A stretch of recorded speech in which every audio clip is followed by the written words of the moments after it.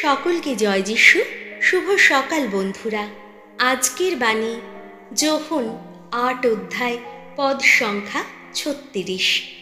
তাই স্বয়ং পুত্রই যদি আপনাদের স্বাধীন করে দেয়, আপনারা সত্যি স্বাধীন হয়ে উঠবেন।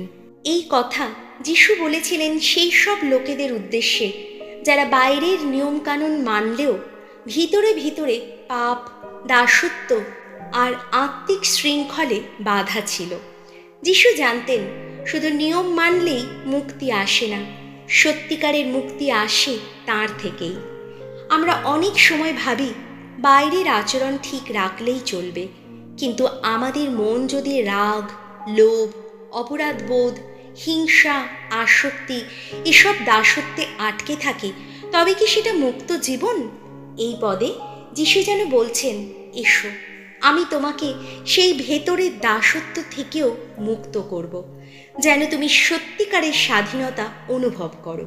তুমি আজ কোন পাপ বা প্রবণতার দাসত্বে আছো সেটা খুঁজে বার করো। নিজের চেষ্টায় নয়, যিশুর নামে সেই দাসত্ব ভেঙে ফেলার জন্য তার কাছে প্রার্থনা করো, মিনতি করো তার কাছে। বলো, প্রভু, তুমি আমাকে মুক্ত করো।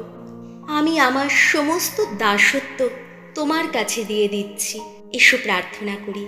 হে প্রভু, আমি অনেক কিছুতে বাধা পড়ে গেছি, যা থেকে মুক্ত হতে কিছুতেই পারছি না।